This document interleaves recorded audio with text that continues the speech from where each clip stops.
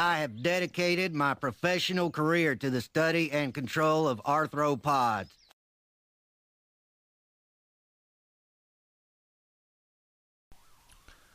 Okay, part three. Hopefully, I'll get this short. Although, as you all probably know, I'm not good at short.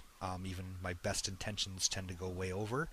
What I'm going to do is I want to talk about some things from your homepage, your profile page, and then do a quick summary. Askegg, I put a link in the sidebar about linking to his 4-part rebuttal to your PMs to him. Apparently, you had PM'd him, and then it's also the things that are on your homepage.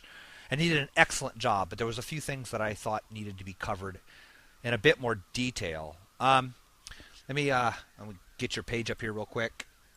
So, yeah, you talk about evolution is false and you can prove it. Well, you do no such thing in that. You don't prove anything. And I'm going to say this, and I mean this with no disrespect, but I'm going to be willing to bet that you don't know the first thing about evolution. Okay, you're against it. You know you're against it. You know that much, but you don't know anything about it. Every single person I'm going to say this honestly. I have never met a single person out of hundreds of people that I have discussed this with who don't believe in evolution, who know the first thing about evolution, okay? What I'm trying to say is that anybody who understands evolution also supports evolution, okay? So it's that simple. The only way to remain not believing in evolution is to know nothing about it. So I'm gonna please take this to heart. Learn about evolution. Read some wiki pages on the concept before you dismiss it outright, okay? You might find it's not so.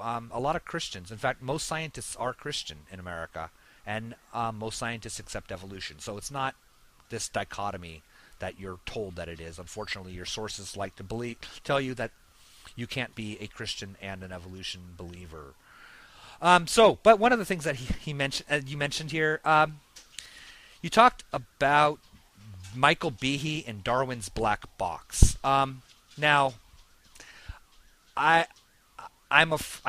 don't. If I'm wrong, I apologize. But I'm pretty sure from the comments, at least the way you worded your comments, that you don't. I don't think that you've actually read Michael Behe's Darwin's Black Box, because the title Darwin's Black Box is not that Darwin said the cell or thought the cell was a black box. Okay, in science, when we talk about a black box, we're talking about it's a hypothetical construct, meaning something that we can't know.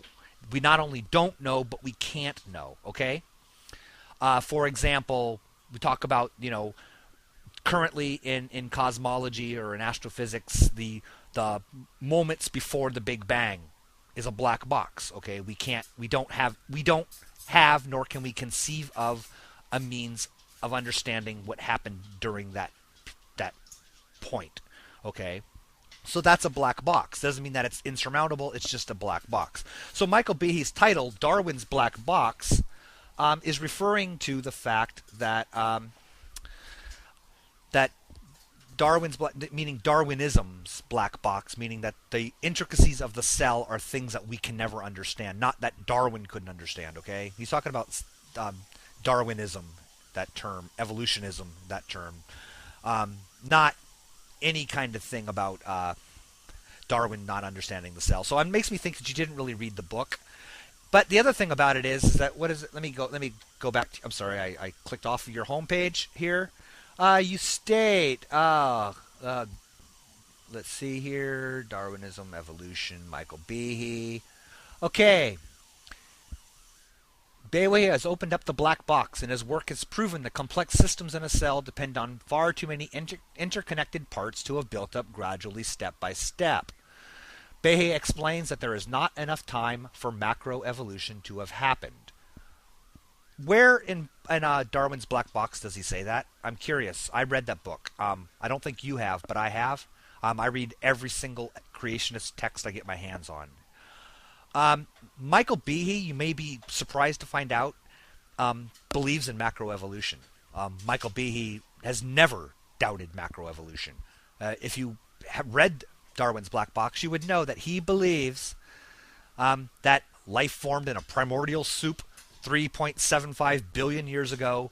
Where he differs from the rest of us is that he believes that God stepped in and tinkered with molecules as needed along the way, okay? But he believes in humans evolved from apes, and apes evolved from more primitive mammals, and those primitive mammals evolved. He believes all of that. He believes in macroevolution. He believes in a common descent to all life. The examples he gives in that book where he sees the hand of God is in things like the flagella, the immune system, the blood clotting system. Every single one of those have subsequently been addressed, and he has actually retracted a lot of his statements about those things. So it leads me to believe that not only have you not researched Behe, you didn't read the book that you're citing here as evidence or proof against Darwinism. That's pretty unfortunate. I don't know what that says about your education or your respect for learning things, but that's pretty. It's interesting that you would cite him. I hear a lot of fundamentalists cite Behe as evidence, but when you actually read what Behe writes or says online or in interviews, he's completely opposed to the whole. He doesn't believe in a 6-day creation. Okay, he believes in that whole molecules to man evolution. He just thinks God had some part in it. That's it. He's a theistic evolutionist. So that's really it's kind of a laugh actually. But anyway, I want to just do a quick summary. I'm running out of time again, as always. Okay, your whole point. You're coming. I respect that you're coming from a position of ignorance. Okay, you're just a kid. And I don't hold that against you. Embrace your ignorance at this point in time. And just I don't mean that literally, but it's okay to be wrong at this point in your life. I wasn't very much younger than you. When I would have said exactly the same things that you had said. I used to be a fundamentalist Christian as well. So, I understand. I understand how the world looks at one point, and then as you grow and evolve, you learn things are not the way you think they are. Okay? But